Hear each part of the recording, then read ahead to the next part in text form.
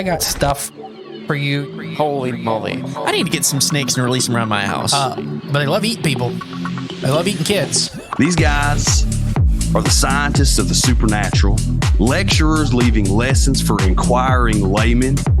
They are applying the scientific method to a world that baffles science. They are the cryptids of the corn. Every day that you open your mouth, I know, right? I'm more convinced that you're abducted by aliens. No. And it just stood up. I mean, it just like kept going and going. And she goes, what the? These are idiots. I was laughing reading this because I already knew how you would feel. Idiot. What part of the story fits your balloon? Well, This isn't a UFO. But who else has big black wings and red eyes? Batman. Well, Mothman. Oh, yeah, Mothman. Well, everyone, I think we know exactly what it is. So say it all with me. It was the sandhill crane. Would you try it? No. You wouldn't eat it? No. Why? Because they're probably toxic. There'd be a lot of poop in my pants. I've seen a 6-foot alligator go swinging through the air and slam into a tree.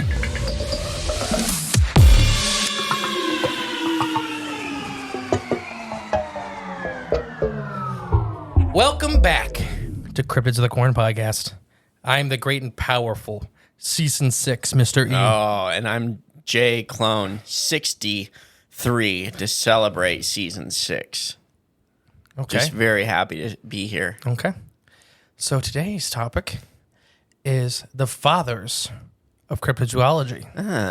The fathers, the Yeah. bricklayers, the foundation setters. Okay. I don't know. No, after that, before we get, you really threw me off with like, You weren't ready for those adjectives? is that what those are? No, probably not. And isn't it? What's a descriptive word? Adjective. Okay, then yeah, I guess so, right? I guess so. Now, so we have some new reviews from Tomberly 14. I love learning about new cryptids, but the title was just an alien head. I don't get it. Like they put an emoji in for the title. That's just our 5-star reviews. From Good Vibes Only 369. This podcast is awesome is the title. I love this podcast because of all things. I followed the show and somehow it unfollowed me. I don't know how that happened, but I'm happy to be back. I love the show. Keep up the great work. Thank you. Well, welcome back. For anybody to know, I think both Apple and Spotify do that to you every once in a while, and I have no Follow idea you why. From things. Yeah. I've been unsubscribed from stuff, and I don't know why. And I've been subscribed to stuff I don't want to be subscribed to. It does that all the time. Like, Stop sending me when my podcast ends. Here comes the next episode of this other show that I've never subscribed to or clicked on once. It did that to me with a witch one, and I didn't have my phone. It was I was cleaning. Yeah. So I just had the earbuds in. Yeah. I'm like, what the? Now I gotta go find my phone. It can turn off this. Yeah. Why does it do that? I don't know. Just suggest at least play an old episode that I've already listened to of one that I did sign up for. 100%. Stop Anyways, forcing your messages on me. Thank you guys. Thanks for the reviews. Thank you for the reviews. New Patreon members, Ambrosia, welcome. Welcome, Ambrosia. I believe she joined our highest tier. So thank you. Big thank you. Another Ohio lady. That's right. Ooh. Ingrid Dean, which is funny because we have 2 Ingrids. We do now? Yes. All right. Welcome, Ingrid. And then another Peyton. We're going to have competing Peytons now. We have 3 Peytons. All right. So welcome, all of you. We appreciate you guys so much. Yes, we do. Very much. Yeah. Top of the front of the house, all that stuff. Ohio Bigfoot Jamboree. Bring your whole family October 5th. It's going to be so much fun. We have all kinds of free events going on. There's charity stuff. There's raffles. There's just tons and tons of stuff. Contests, There's prizes. a lot of stuff we can't even announce yet because it's still in the works. Right, that's true. Yeah. Music. So the second we can announce it, look for a little extra 10-minute episode published on the feed. For bonus? Yeah, it's extremely exciting. I'm excited. Yeah. Just waiting for the details to get ironed out. Yeah, that's all we're waiting on. But yeah, so come out, hang out, go to cryptidcorn.com. You want to learn more. We've got exciting things on the horizon. Been getting a lot of stuff in the P.O. Box. If you want to send us anything in the P.O. Box, it's P.O. Box 75, Ada, Ohio, 45810. All that's in the description below, though. Please send us a letter, a drawing, art, anything. all of it. It's We got just some really cool art. It's really exciting. People have sent some really cool stuff in. So we appreciate it. A lot of books, which is awesome. I use a lot of the books for this stuff. All right, you ready? Yes. So we're going to do, like I said, the fathers of cryptozoology this episode. Right. Later on in the season, we have it scheduled the mothers of modern cryptozoology. Yes. The patriarchy and the matriarchy. There you go. But Hanger One Publishing is where I got all 4 of these people's like little bios from. I think it's Doug Hayacek, right? Is that how you say his name? Is it? Is it Doug's thing? I think he's Hanger One. I think you might be right.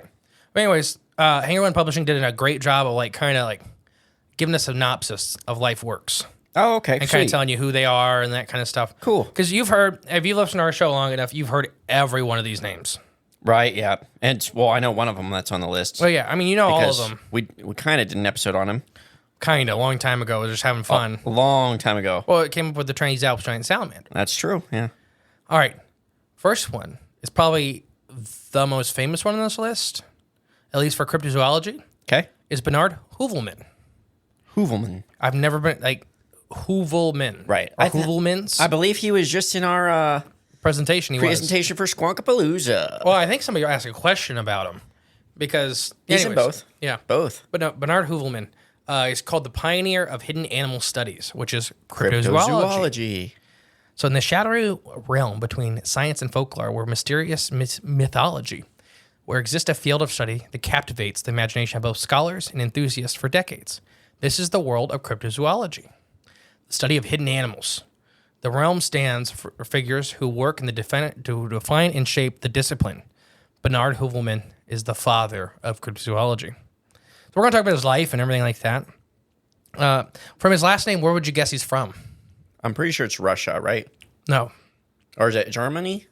Nope. No, Heuvelman. Oh, no. It's a Norwegian country or Scandinavian.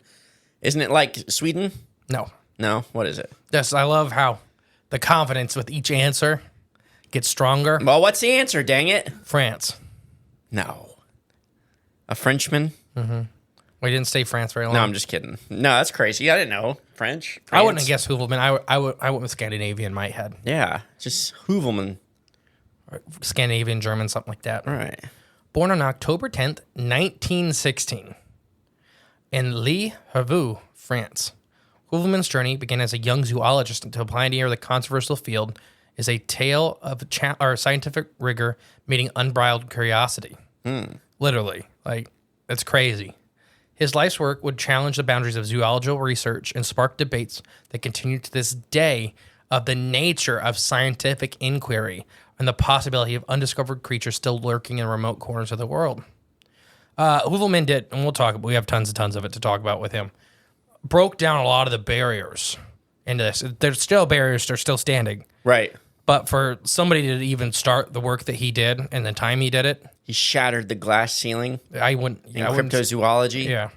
Heuvelman's fascination with the natural world began in his early life. Raised in Belgium, he found himself drawn to the adventurous tales of Jules Verne and Sir Arthur Conan Doyle, whose stories of lost worlds and prehistoric beasts fired his young imagination. These literary These literary works would later play a critical role in shaping his approach to the study of unknown animals, blending science and mythology with the storyteller's ability and the power of narrative. Okay. He was a really good writer. Right. There you go. But he also, was a scientist. Yeah. His academic journey led him to the Free University of Brussels, where he earned a doctorate in zoology at a remarkable young age of 23. Wow. Which is still remarkably young. A doctorate. Right. Not a bachelor's. In zoology. Yeah. And that's pretty broad. Yeah. Normally how it works in the United States right now is you get normally not a doctorate in zoology. You normally get your bachelor's in zoology and then get your doctorate in specialized studies. Right. To have your doctorate in zoology, that's impressive. Yeah.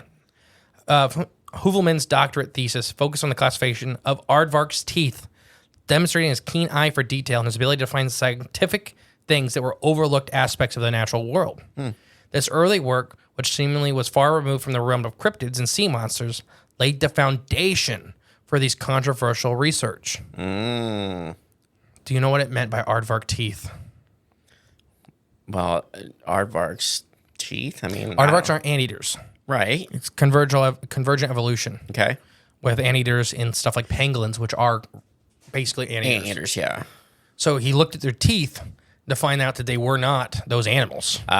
He distinguished the difference. Yes. Okay. And he discovered a whole different clade of animals that were hiding in plain sight. Okay. Any questions so far? Like I said, they do a great job. Like I said, this is Hanger One Publishing. Yeah. Had to break down to these guys really well, so that's why we're using it. No. I mean, this is great. The potential motive in Heuvelman's career came in 1948 when he encountered the article by Ivan T. Sanderson, which we'll talk about him in a little bit. There could be, Ivan T. Sanderson's work titled "There Could Be Dinosaurs," which anybody that's listened to our show for a long time knows that there still are dinosaurs. This piece, which explored the possibilities of prehistoric creatures surviving in remote areas, struck a chord with Heuvelman. It was a catalyst that transformed his vague interest in zoology oddities into a determined quest to uncover evidence of unknown animals. And like I said, we're going to talk about Ivan T. Sanderson as well. Right. Another just like powerhouse in this field. In 1955, Heuvelman published his seminal work, Sur la piste des Russes Balas, I nailed it. which is on the track of unknown animals, which is sitting about 10 feet or 2 feet from you. Is it now? Yes. I can't see it on that bookshelf. This book, which would become the cornerstone of cryptozoology, was a tour de force of research and speculation. Heuvelman's methodology compared reports, legends, scientific literature that argued the existence of these creatures that had eluded formal scientific recognition. So he was like the first one to really document these things. He was the first one to like make it a science. Right. He was the one that gave cryptozoology bones, like to really like lay down what you do when you're looking at this stuff. Like Ivan T. Sanderson, which we'll talk about, also an amazing career. But this is scientific method. He was a zoologist.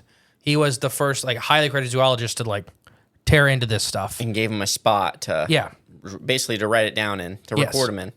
The book's impact was immediate and far-reaching. It presented cryptozoology as not a fringe pursuit, but a serious field of study demonstrating scientific attention.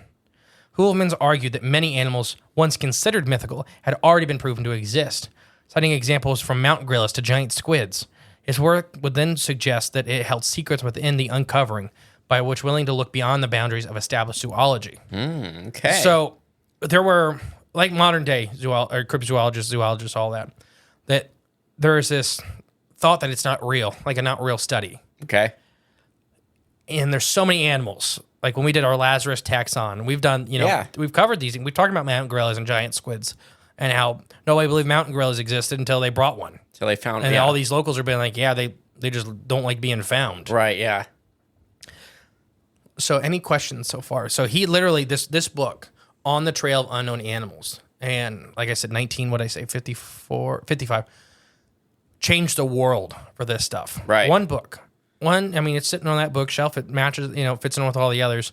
Literally changed the world's views on this stuff. Good thing he did it back then, too, because I imagine now if that were shot in the back of the head. That book would not have been peer-reviewed, I would only imagine. Peer-reviewed. Nope. I'm the head of the physical education department, and I say, this paper shall not be reviewed. Stamp. Or the head of the science club, the janitor, probably peer reviews stuff, too.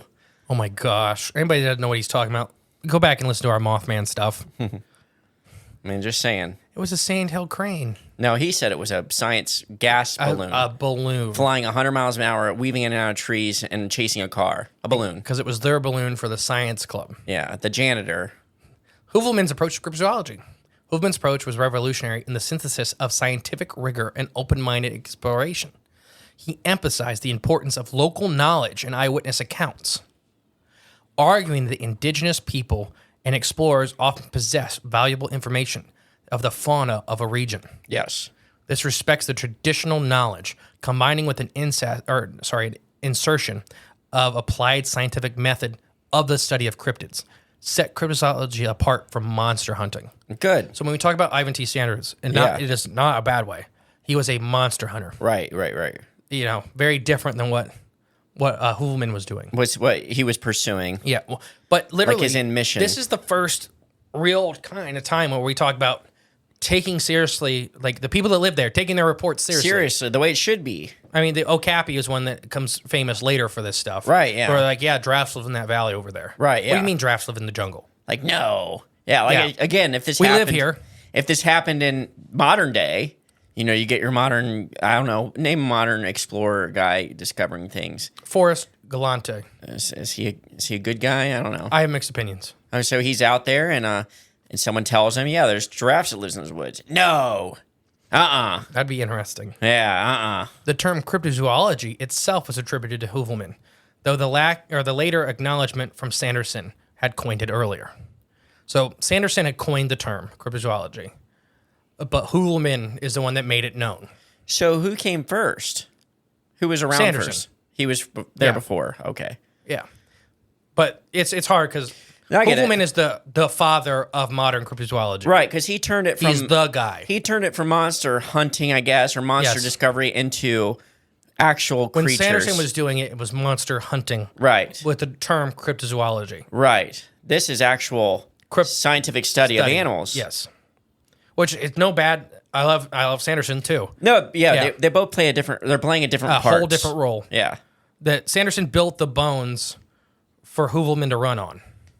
He refined it, I would say, yes. to a more scientific, he made it to the scientific, to a scientific level and made it world known. Yeah. There you go. But Sanderson was the one that found a lot of these reports and stuff like. Anyways, the world would come to embody the new approach of study of unknown animals. One sought to bridge the gap between folklore and science. Literally, were scientific and magical things combined. Major works. We can talk about this. In the wake of sea serpents, Heuvelman's work extended well beyond more speculation. In 1968, he published In the Wake of Sea Serpents, a comprehensive study of marine cryptids. It's right over there also. In the book, he introduced what became known as the Heuvelman system, the classification scheme for sea serpent sightings. That's my big blue book. The Heuvelman system? Yeah, that's my big blue book with all the classification of sea and lake monsters. Right, yeah. Yeah. That's pretty cool. And it's a great book. Anybody that doesn't have it, if you just it has hundreds of sea monsters and it has a classification of long neck sealed, salamander, crocodilian, basically body styles is the Heuvelman system. Right. To kind of break apart, so not everything, you don't say sea serpent for everything. Right. There's literal criteria to fit a sea serpent encounter versus a large marine reptile versus a crocodile, Right. The Minnesota Iceman controversy. Perhaps the most continuous episode in Heuvelman's career was his involvement with the Minnesota Iceman case. In 1968, Heuvelman and his colleague Ivan Sanderson examined the purported to be the frozen corpse of an unknown hominid. Heuvelman so far just declared it was a new species. He called it Homo pongadorus. This claim made it into the 1969 paper published in the Scientific Journal, sparked intense debate and criticism from the scientific community. Like anything will. Absolutely. The Minnesota Iceman case highlighted both the promises and the pitfalls of cryptozoology. On one hand, it demonstrated Heuvelman's willingness to stake his reputation on what he believed in, what he believed to be a groundbreaking discovery. On the other hand, it exposed the field's accuracy of credibility and pseudoscience in some of the fields. This specimen was later revealed to be a latex model. The figure was dealt with as a significant blow to Heuvelman's credibility. Oh, so it was a fake? Yeah. The whole time? Okay. Here's my promise for everybody listening. The Minnesota Iceman controversy will be a whole episode in season 6. Okay. Because that's this season. Yeah. I don't know if I agree that it was a fake to begin with. So you think it could have been replaced? A famous institution got involved in the middle of it. Does it start with a Smith and end with a Sonian? Maybe. But it's a crazy case. The Minnesota Iceman case. It really is. Heuvelman and Sanderson were very convinced. Well, from that short description you just gave me, it sounds very odd. I mean, I really like both of those guys. Yeah, with both these guys involved, it's very weird. They each had their own goofy things and their own huge careers. Yeah. But I don't know. The Iceman case is odd. There's some goofy stuff that happened that may have not been with maybe even some threats. Well, if that certain institute had their hands on it, I mean, yes, we know what's going on. Founding the International Society of Cryptozoology, Despite some setbacks, Heuvelman continued to champion the cause of cryptozoology through his career. In 1982, he helped found the International Society of Cryptids, the ISC, serving the first president. The ISC aimed to provide the forum of serious discussion for researchers into cryptids, bringing together scientists, explorers, enthusiasts from around the world. I think we should go to one of their meetings. I think we'd have fun. That would be really awesome. Yeah. I think they meet in New York or something like that, though. What kind of fun are you imagining, though? No, just I think it would be really fun conversation. Okay. Like, really sit there and... I think I agree. But I don't... We can take fun many ways. Oh, I get, yeah. No, I meant like in serious enjoyment. Okay, good way. Fun. Yeah, just Okay. like because they still have meetings and stuff like that. I would love to attend. Influence and legacy, like Heuvelman's a household name when it comes to this stuff. Everything from Bigfoot to Loch Ness Monster to the Yeti. He was famous for looking for All of them. I mean all the small stuff in between. Mm-hmm. But nonetheless, owed a debt to his pioneering work. No matter who's a cryptozoologist today, you owe Heuvelman something to this field. Right, yeah. And same with Sanderson, like two just powerhouses. Like I said, there's tons of criticisms and controversies with him. Cited as cryptozoology often points to the lack of physical evidence. For Heuvelman's cryptids, he forwarded the championing. He argued the field relies too heavily, so others argue the field relies too heavily on anecdotal evidence. You know what? Speaking of this, literally, when we did. Not me personally, the company I worked for. We did, what was it? It was diamond darters, I believe, which are huge darters. They live in the sand. They're super hard to find. Okay. We literally, the only reason we found a population of them was asking locals if they had seen them. And they said, well, we catch clown minnows. We're like, what do you mean you catch clown minnows? Mm-hmm. And they drew like a picture of the color patterns, and it was diamond darters, I believe is what it was. And it's the only reason we found that population. Yeah. Do you ask them where they fished and stuff for him? Or? Yeah, and he was using them for bait. Wow, and they're federally protected. He didn't know. No, right. It's funny though. Yeah, like what are the odds? But that was the point to Heuvelman's. Ask the locals. Ask the locals whether they. You don't have to.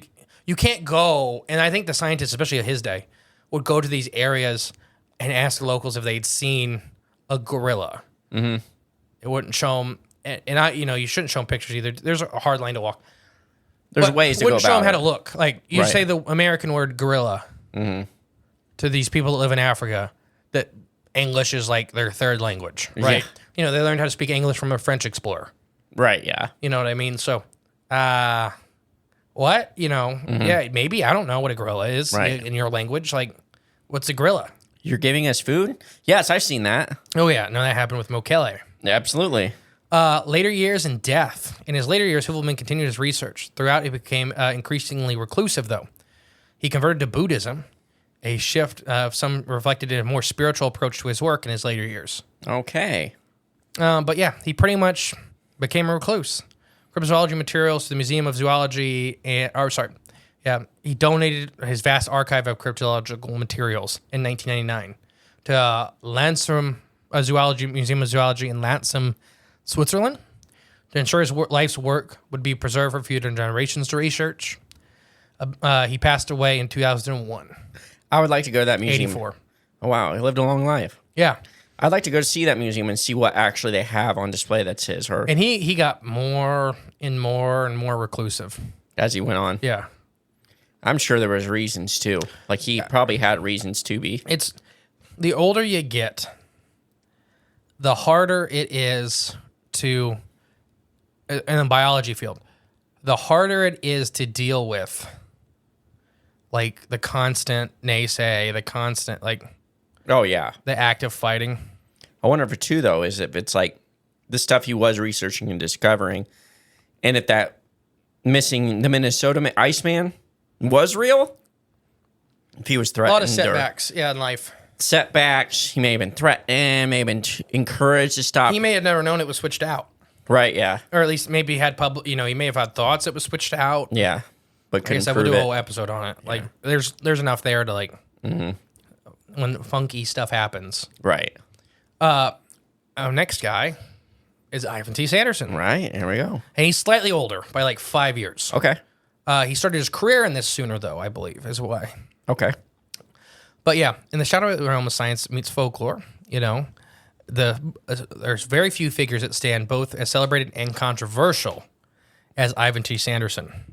Like I said, Ivan has some more funky stuff attached to him than Heuvelman. I think I have a couple of his books too. I have a bunch of his books, but Ivan definitely has some more different stuff than Heuvelman. Okay. It was not taken as seriously, and he may have, I don't know, you want to say, anyways, we'll just get into it. Born 1911 in Edinburgh, Scotland, Sanderson would grow to become a provincial force in the study of hidden animals. The field he self-chimed cryptozoology. His life work would change the boundaries of zoological science and spark a global fascination with the creatures lurking just beyond the edge of discovery. Early life, Sanderson journeyed into the world of mysterious beasts began more tragic than most circumstances. As a young boy, he witnessed his father, a whiskey maker, meet a gruesome end at the hands, or rather, the horns, of a rhino. Oh. During a wildlife documentary filming in Kenya. Oh, that would be awful. He watched his dad get fully impaled. By a rhino. And carried off. Oh my gosh. This week's Freaky Fauna Friday is the woolly rhino. Yay. So exciting. Sorry, it's not funny. Just the way you said that made me laugh. Yeah. The brush with nature's raw power didn't deter Ivan. Instead, it ignited a lifelong passion for the animal kingdom in all forms, both known and unknown. Wow. His formal education at Eton College and later at Cambridge University, where he was granted an honors in zoology, laid a solid foundation for scientific methodology. But it was Sanderson's insatiable curiosity and adventurous spirit that truly set him apart. He supplemented his academic pursuits with year-long global trotting expeditions at the tender young age of 17. Focused primarily on the mysterious corners of Asia, the blend of rigorous scientific training and the thirst for exploration became a hallmark for Sanderson's approach to the natural world. He was definitely much more of an explorer than Heuvelman. Heuvelman, okay. Heuvelman was the scientist. Ivan was the explorer. They both have scientific credentials. Mm-hmm. Sanderson's was definitely more granted to him.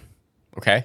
Like it was, what I say, an honors degree in zoology. Not so much going through not a doctorate. Right. Not the academic rigorous studying. Very different. A dirty degree. Essentially, honors degrees or whatever are great if you get them, but Well, I meant compared to a clean biologist and a dirty biologist. Well, there we go. He had a clean degree and he had a dirty degree. So the term cryptozoologist first emerged from Sanderson's fertile mind in the late 40s. A nihilist would come to define the entire field of study. Divert from the Greek word kryptos, meaning hidden, and zoo for animal, and logos, or cryptozoologist, right, for study. Right. So literally, hidden animal study. Right. Exactly. Cryptozoologist encapsulates Sanderson's mission to shine a light on animals that science has yet to classify, creatures that exist in the twilight between myth and reality. That's very true. Sanderson's 1961 magnus opus, Abominable Man, Legend Come to Life, that's the book you have, stands a testament to his dedication to the nearest field. The book wasn't merely a collection of fascinating tales. It was a miraculous research tome that approached the subject of unknown hominids with scientific rigor. Sanderson positioned the existence of not one, but 4 distinct types of abominable snowman, scattered across 5 continents. So, Bigfoot is one of these. Right. For Ivan. While his conclusion was met with skepticism from mainstream speculative community, the book's impact on cryptozoology was undeniable. So he had a weird way of looking at the hairy hominid phenomena of the world. Okay. Is they were all Yeti. But he started his expeditions in Asia. Right, so it helps. Yeah, it just is neat. Yeah, kind of a weird thing to hear about, because you're like, well, we think, because some people hear like, well, Yeti's a type of Bigfoot, right? Right. Well, it's because we're from here. Right. So he called him Yeti first? Yeah, well, that's where he started first. Right. Now, there's pictures of Ivan, like, literally in a Volkswagen Bug sitting on a Loch Ness looking for Nessie. That's crazy. Like That's a awesome. young, 19-year-old kid. Yeah. And I believe he had some money from his father's whiskey operation. Mm-hmm. So he wasn't I don't think he was ever super rich, but I don't think he was super poor at those times either. Yeah. But he also trotted around the world. Right, which is awesome. Collaborations, the critical to understand the servants didn't work in isolation. He collaborated with, Belgian French zoologist Bernard Heuvelman, like we were talking about, simultaneously carving out his own niche in the field. Together, these two men laid the groundwork for cryptozoology as a discipline, blending science and mythology, and the willingness to explore the fringes of zoological explanations. Mm-hmm. So you really can't have one without the other. Right. You have the explorer and the biologist. You got to have both. Yeah. For it but to be, I'm talking to make what we call cryptozoology now. Right. You have these two guys that were at roughly the same age. Ivan started way earlier. Yeah. But Bernard came in with so much more biology experience, zoology. Yeah. You know, It'd be like if you and I went out and became cryptozoologists at this point in time. I'd be very upset if you got an honorary zoology degree. I might after the end of all this. I may hit you. Maybe at the end of this episode, I might get an honorary planaria degree from One Pagan. One, give us an honorary planarian degree. Whatever you said. I have no idea what I said. I don't even know what I talk about. So some controversies or expeditions and encounters. Sanderson's expedition took him far corners of the globe. The dense jungles of Africa, the misty mountains of South America. They were sightseeing trips where scientific endeavors aimed at, they weren't just sightseeing trips, they were scientific endeavors aimed at collecting specimens for museums and gathering data of animal behavior. And Sanderson's genius lay in his recognition of the local folklore and eyewitness accounts were valuable sources of information, often pointing out to genuine biological discoveries. The first one we're going to talk about is the Kangamoto incident. Okay. One of Sanderson's most famous and controversial encounters occurred in his African expedition, where he claimed to come face-to-face with the Kangamoto, a creature described as the granddaddy of all bats. According to Sanderson's vivid account, he was attacked by an enormous flying creature while attempting to retrieve a fruit bat he had shot. Remember, we've talked about that. Yep. That's how they did biology for a long time. Right, you shoot it and look and then at you it. put it in a jar. Yeah. The incident left him incredibly marked, and Sanderson was fueled his belief for the existence of unknown animals. Now, with this Kangamoto incident, there's controversy inside of controversy, where I think he was actually looking for Mokele and Mbembe when he wasn't supposed to be. Oh, gotcha. But we talked about that a lot, though. Mokele and Mbembe and Kangamoto were hanging out in the same areas, Right, yeah. and they're both nasty. Yeah. You don't want to run into either. You probably shouldn't go to the Congo. Don't go to the Congo. Yeah. I mean, the wars in the Congo, let alone. But the animals and the plants, yeah. Everything in Not the safe. Congo wants you dead. It's like Australia. Like Congo refugees, I was just literally watching something about it. Like, They want you dead too? no, just Oh. them talking about the horrific stuff they had survived. Yeah. Like the one lady was talking about being rescued. She thought she was being rescued, and she was just kidnapped by a different guerrilla warfare group. Oh, wonderful. So, and they were using Gosh. the women. Oh, that's awful. Yeah. No, don't go to the Congo. Yeah, just stay away. Like Lyle, remember? Lyle talking about, Yeah. yeah, I have kids now. I don't want to die. Right, exactly. It's You not go to worth the Congo, it. you probably will die. Will, Especially yes. now. I think that was when it was still the Belgian Congo. Some things just aren't getting better. So, the Minnesota Iceman affair again. So, it would prove to be a turning point for Sanderson's career. So, it had a little bit of a different effect on Sanderson. In the late 1960s, a mysterious, like we said, frozen creature making the rounds at carnivals, fairs across the American Midwest, billed as the missing link of the prehistoric human.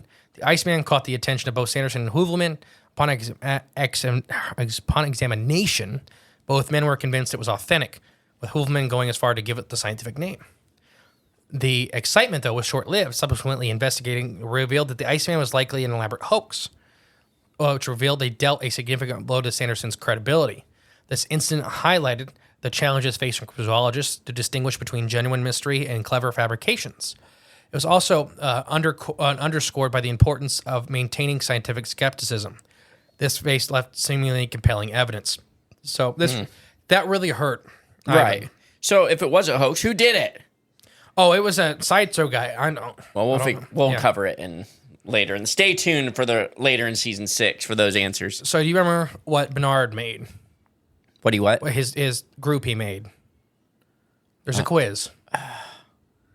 The group he made? Yes, we talked about going to their meetings just. Oh, 10 the one minutes in ago. New York. Yes. Oh, sorry. So I didn't realize. Yes. Okay. Gotcha.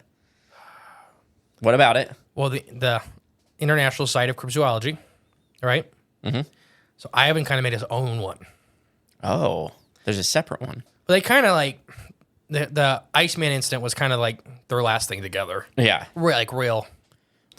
It's a Society of Investigation of the Unexplained was Ivan's.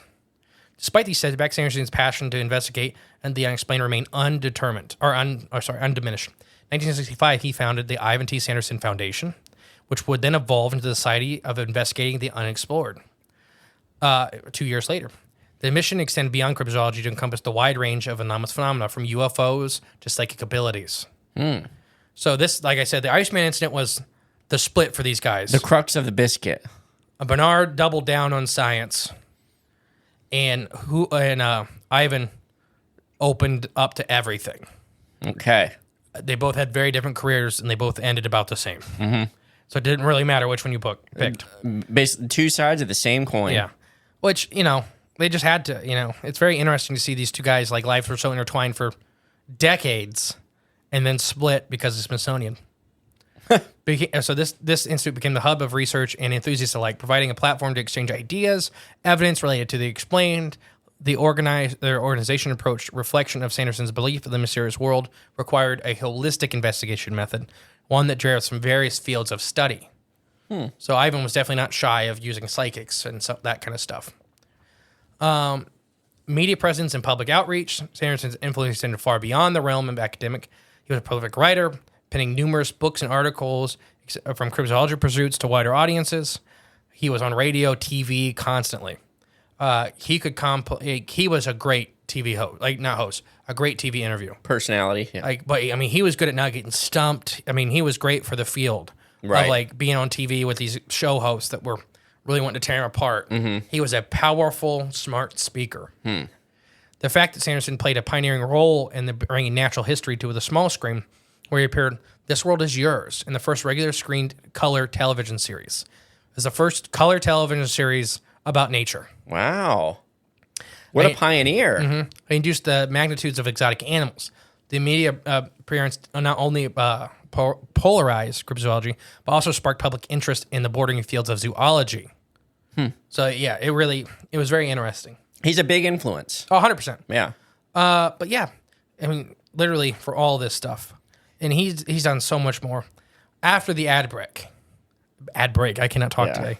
We're going to come back with Loren Coleman. Well, real quick, final thoughts on these two. I thought, kind of cool how the two basically founders of cryptozoology, and then the way we describe Bigfoot as sort of being the scientific approach and then the more woo approach. And these two guys had a kind of that approach to cryptozoology in general. And Heuvelman did get to that towards the end of his life. Yeah. I'm just talking, when the Iceman was, when they split. But he was more grounded in the 100%. Scientific method and biology of it, whereas Sanderson, more the open to everything. 100%. And especially at the time when you couldn't be. And I think Bernard was also at the time. Yeah.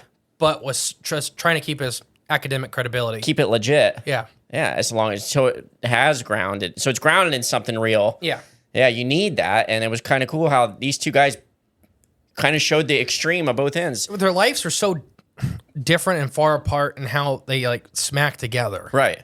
Like I said earlier, two sides of the same coin. They both represent both sides, which that's pretty neat.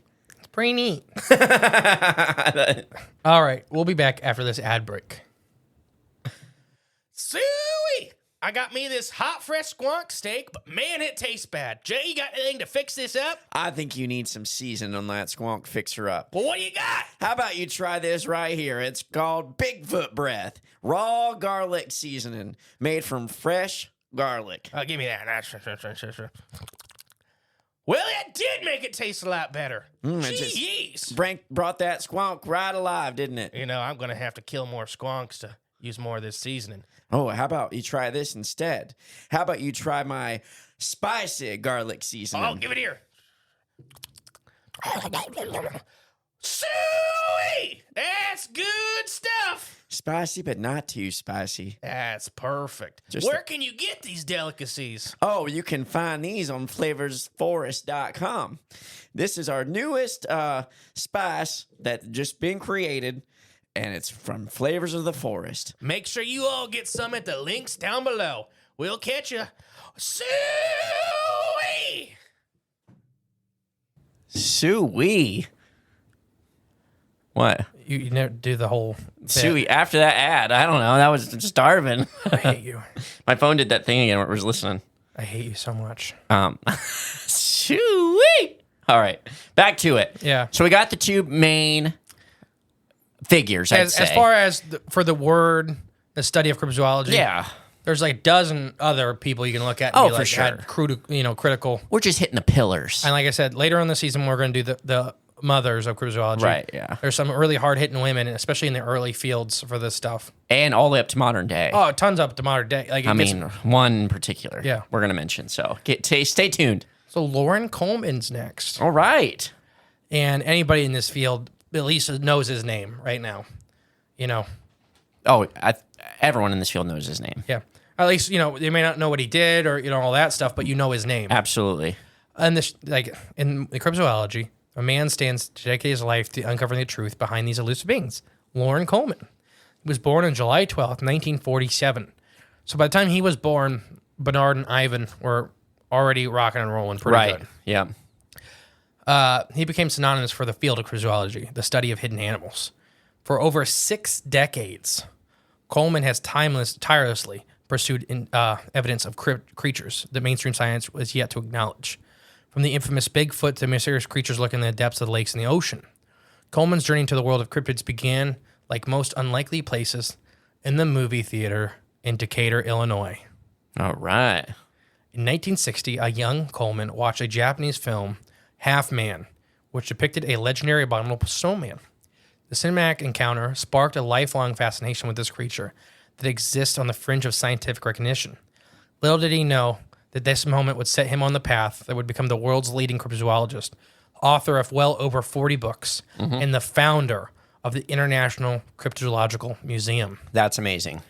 Watching one abominable snowman. You imagine, like, just that there's sparks in these kids' lives and stuff like that just... That's all it takes. changes the world. Just someone creating a film or just someone creating something. A really cheesy Japanese Bigfoot movie. And putting it out there for the world to see.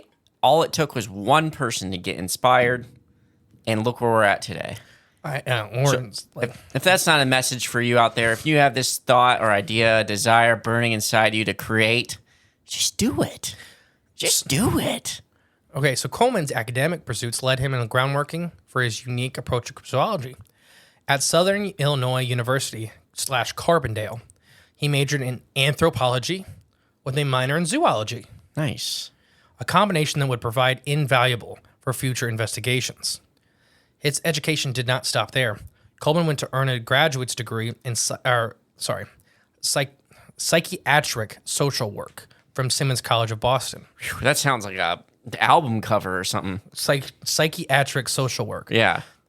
This diverse education background would include coursework in social anthropology, sociology, equip Coleman to multifaceted lenses when approaching the vast topic of the cryptid world. Basically, I don't know if he purposely did this, but he did so many on the field investigations. Mm-hmm. His one degree, basically, Daryl Sims talking about the hats. Yeah. His one degree, psychiatric sociology, was to just decide, not in a bad way or good way, like if these people were telling the truth, they're reliable eyewitnesses. Right. How freaked out are they? Mm-hmm. Is their encounter exaggerated because they're terrified? Is there actual substance to their story? Yeah. Yeah. I mean, immediately. And zoology and anthropology. So anthropology for folklore, mysteries, that kind of stuff, the human psyche with that. And zoology to really break down these creatures. Biology. Yeah. I just think it's awesome that, like, you don't know if he did this on purpose or if it's just how life works. I think it's just how life works. In the year 1969 marked Coleman's official entry into the field of cryptozoology when he published his first article. From that point on, his career as a writer and researcher flourished. Coleman's work in characterizing the mysterious approach to gathering evidence, combining rigorous field work with the analysis of cultural narratives and witness testimonies. Wow. His books include the seminal Mysterious America and Cryptozoological A to Z, which is that orange one sitting right there. Oh, yeah. We've used his books many a times. They have been cornerstones of cryptozoological literature, blending scholarly research and accessible storytelling. The International Cryptozoological Museum, the making of the legacy of a making legend. I cannot read today. In 2003, Coleman held the bold steps in legitimizing the field of cryptozoology by founding the International Cryptozoological Museum in Portland, Maine. The only problem I have with the International Museum of Cryptozoology is what? Is it's too far away. From you? Yeah. I'd be there every weekend. I know you would. No, it's seriously amazing. Anybody that hasn't been, or I haven't been yet, we've had plenty of friends go. Yeah. They met Loren. All great things. Like, the museum is amazing. But serves as serves as a repository for artifacts, evidence, educational materials related to cryptids, from plaster cast of Bigfoot, hair samples, to artistic renderings of reported creatures. Museum offers visitors a tangible connection between the world of cryptozoology. The museum's mission is to extend beyond their exhibits. Its aims to educate the public about scientific pursuits of unknown animals and cultural significance of cryptic legends. As Coleman often points out, cryptozoology can serve as a gateway science, inspiring young minds to explore further fields in biology, zoology, anthropology. The museum has undergone several expansions since its start, reflecting the growing public interest. You've seen pictures of it now. It's absolutely massive in the best way. I've never seen it before in my life. Plans are underway to make it even larger in Bangor, Maine, which I don't know if it's still happening or not, which will house Coleman's extensive archive of more than 100,000 books on natural history, UFOlogy, parapsychology, and cryptozoology. You said you're not sure if it's happening still? Yeah. Okay, let me look it up right now. We'll talk about he got sick there for a bit. Right. I know. Well, just see. I'm going to find the news on. See if it's still planned to expand in Bangor. Like literally Bangor, Maine. Well, now it says the museum's in Portland, Maine. It's always been in Portland. Oh, I thought you said Bangor. No, it's talking about moving it to Bangor. Oh, they're moving it to Bangor and making it bigger. Yes. Understood. Okay. Where it's at in Portland, they've ran out of room. Understood. They made the place absolutely massive in the best way. Okay. So where rubber meets the road, Coleman's approach to cryptozoology is not a conflict to the library or the museum. His fieldwork has taken him to all 50 states, as well as Canada, Mexico, Scotland, and the Virgin Islands. These expeditions involve them not just searching for physical evidence, they have comprehensive investigations into cultural and environmental contexts in which the cryptids' sightings occur. Like, they do all kinds of crazy cool stuff. They do environmental surveys. The museum? Loren and the team. Oh, understood. Okay. When they do a cryptid thing. Yeah. Like, they'll do environmental surveys. They do all kinds of while stuff. While they're doing it. Yes. Okay. Yeah. So a very scientific, refined 100%. approach. But he doesn't ignore away from the woo either. Right. Absolutely. It's what you shouldn't, because it's all the same. Yes, it all falls in. It's all under the umbrella. One of Coleman's most innovative techniques involves the use of replicas and models to help witnesses accurately articulate their experiences. By providing visual references, Coleman will gather more detailed and accurate depictions of alleged cryptid encounters. This method not only aids in the collection of data, but helps validate experiences of witnesses that might otherwise feel dismissed or ridiculed. So, big one was the cutouts.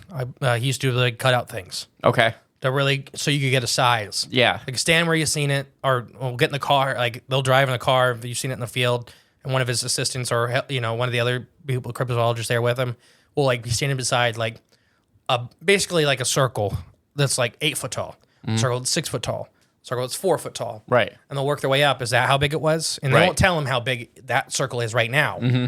But is that how big it was? Yes, no. Bigger, smaller. And they'll go from there to kind of nail at what size. Right. We talk about that when people get scared, the scary thing gets bigger. Right. Yeah, absolutely. Your brain makes it bigger, so you're more afraid. It's bad news. But Coleman's fieldwork is not without its challenges. The elusive nature of cryptids means that collecting evidence is often hard to come by. However, Coleman maintains that the absence of evidence is not the evidence of absence. Okay. When we talk about, when we talk about endangered species work and all that stuff, 100%. Yeah. I mean, this should be very relatable to you in particular. All these people, take it very seriously. But his approach in particular, you kind of did this stuff that he's doing. Immediate presence in publications. Literally, he's consulted on pretty much every TV or book ever.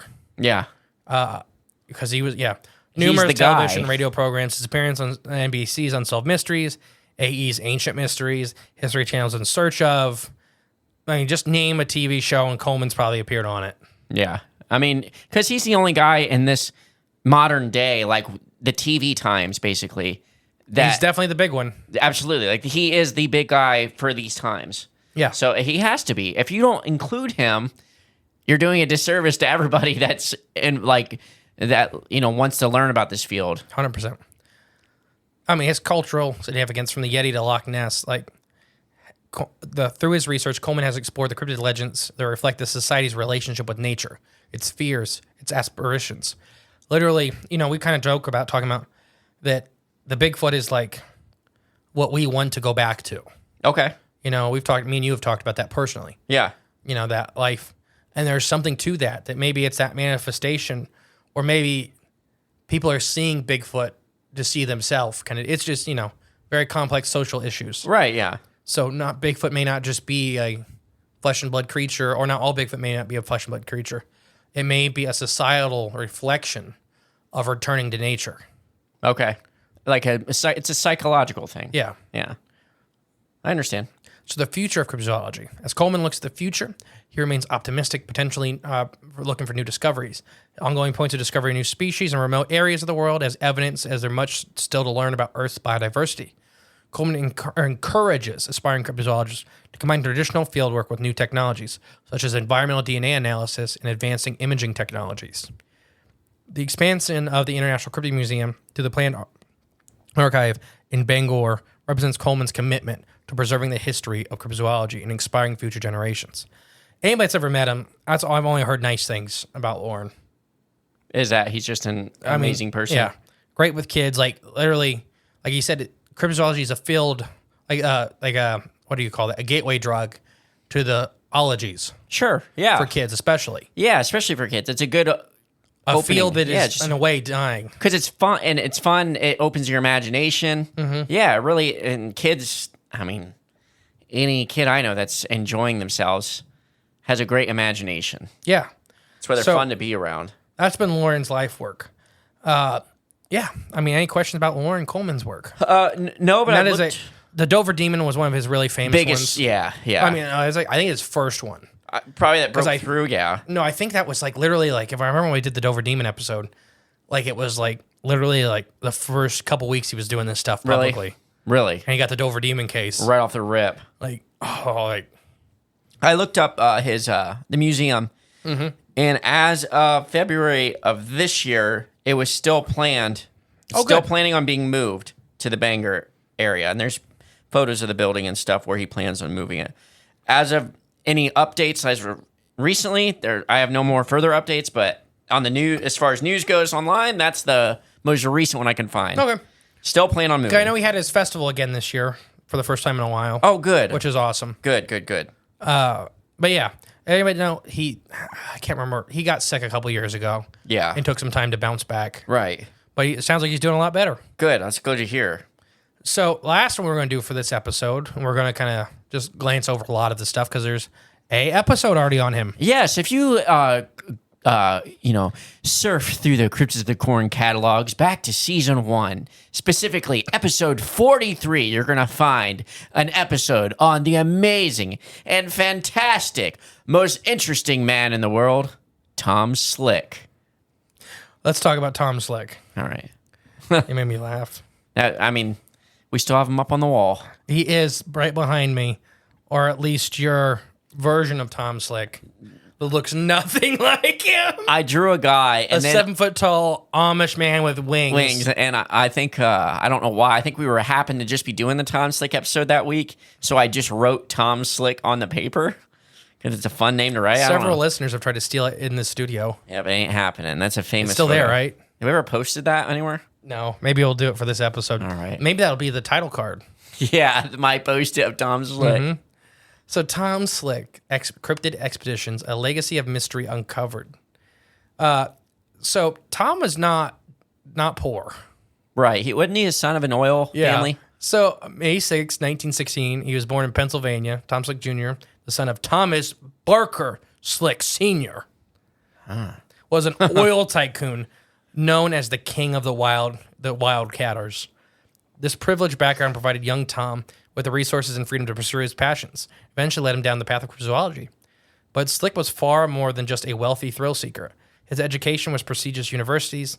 Philip Alexander Academy, Yale University, honored his intellect and installed the rigorous approach to inquiry that would serve him well in later expeditions. Mm.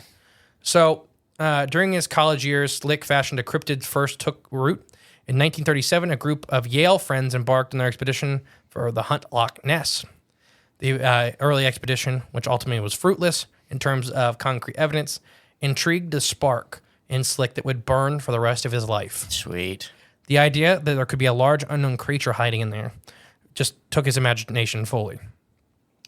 unlike a lot of these people, he had the resources. Right, Tom did. And he used them. He had a deep pocketbook. And he used it. Oh, yeah. He was reaching deep in the fanny pack. And then the Bigfooters failed him.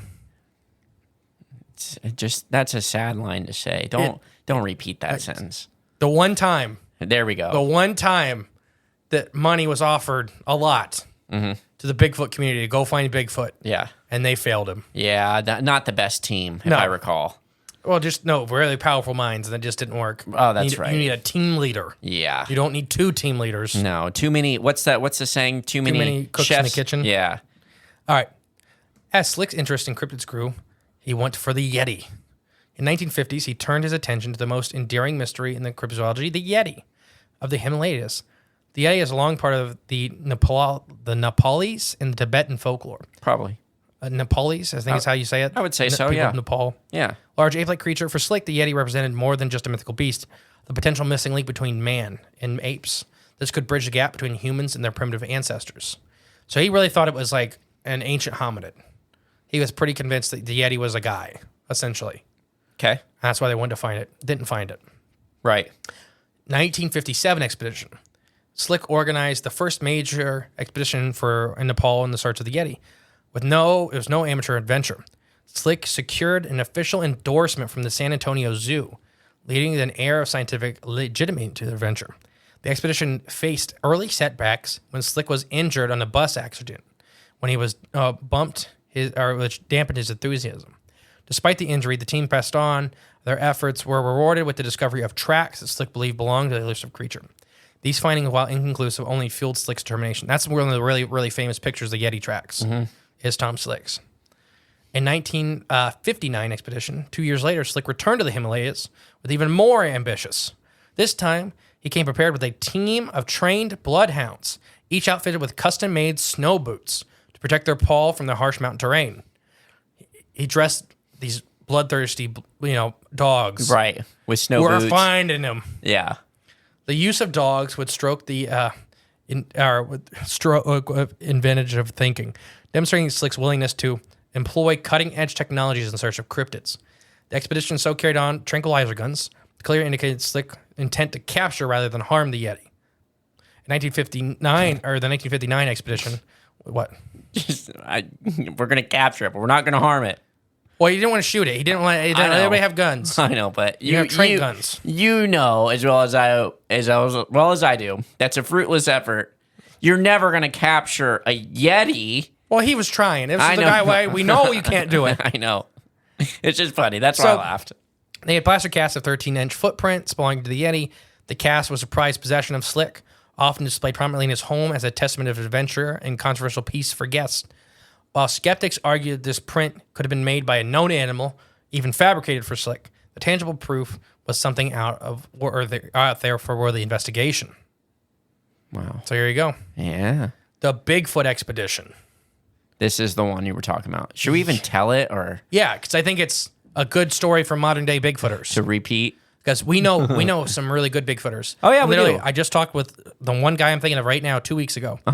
Talked about how much hate there is in the Bigfoot community with other Bigfoot researchers. Why is that? Just secretive. It's the same thing with biologists. We talked about that. That you make your career tearing others down. So don't do that. Yeah. If I can see it now that you... If a millionaire is offering you a substantial amount of money to work together for 2 weeks to find Bigfoot, unlimited funds, essentially. Yeah. All you do is prove you could work together. Couldn't do it. Anyways, the Bigfoot expeditions. The 1950s drew to close. Slick's attention began to shift to his home state, or his home country. Reports of large ape-like creatures of the Pacific Northwest of North America had been circulating for decades. Slick saw an opportunity to apply the lessons he learned in his Himalayan expeditions for the search for the creature now known as Bigfoot or Sasquatch. Slick's Bigfoot expeditions were among the earliest organized efforts to investigate the creature scientifically. He brought a methodological research approach that he characterized his Yeti hunts, combining field research with interviews of local witnesses, analysis of Native American folklore. These expeditions laid the groundwork for most Bigfoot research, established protocols and methodologies that were used in cryptozoology for decades to come.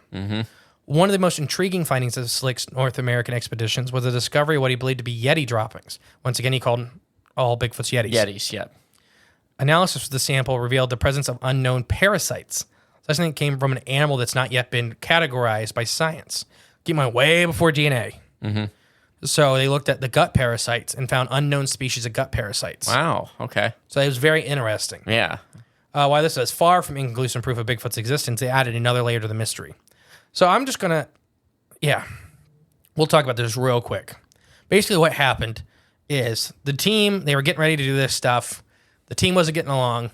So like, well, we're going to take an easy one. We're going to go hunt for the Triceratops giant salamander. Right. The Bigfoot researchers didn't want to do that whatsoever. I'm just thinking about, man, if a millionaire's like unlimited, but first we're going to go hunt a giant salamander before I look for Bigfoot. Well, just in general, as a biologist or anything like that, you're like, heck yeah. Yeah. Like, we're doing this. You're paying me the whole time. I wonder if the guys he brought weren't actual, like... No, we don't. We're not going to name them because they're loved and hated in the Bigfoot community. Oh, okay. They were both the two people that fought the most, were both like the Bigfoot people of North America at the time. Were they actual biologists? No. Well, I think they did have criteria. Like, I don't know their actual education, but I think they were renowned. Okay. They just didn't get along. Yeah. They both had very, very different ideas of how to do the expedition. They just, one of them needed to be in charge. That's what had to happen. Tom couldn't get it, and he just whatever, we're not doing it. And then they pulled back. They cut the expedition short. Yeah. Should have looked for that salamander. They probably would have found Bigfoot. And he wouldn't, because he wanted to take his kids. Tom wanted to take his kids on one of these hunts. So he picked the Triceratops giant salamander to go with these Bigfoot researchers, and they fought constantly in front of his kids. Yeah. Just saying. Anyways. Now, I mean, like I said, listen to the whole episode we have on Tom. Yeah, season 1, episode 43. There's the Tom Slick Park in Texas. Oh, yeah, I forgot about that. Well, it's got Bigfoot, it's got Nessie, it's got the Triceratops giant salamander, it's got all of these, the Yeti. Yeah. And you can go hunt these cryptids in this park. It's fantastic. It's an awesome little thing. Yeah. Tom's a cool dude. As far as, like I said, I believe in good millionaires. I don't believe in good billionaires. Yeah. There's a difference. Yeah, because he didn't do anything. I think he pretty much sold most of the oil business. Yeah. Or I just kept it as dividends. Yeah.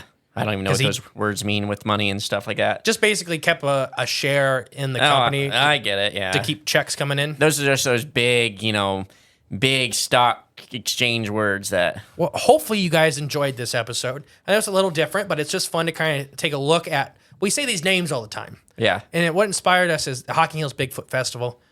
We got talked about Bernard Heuvelman, and he came up again. Ivan T. Sanderson comes up. Lauren always comes up. Lauren's always out there. And then Tom Slick's he's one that doesn't come up often. He didn't do all that himself. No. He paid for it to be done. Right. A lot of people made their whole cryptozoological careers but he still made off of Tom's checks. He made huge strides, though, in the field. Yes.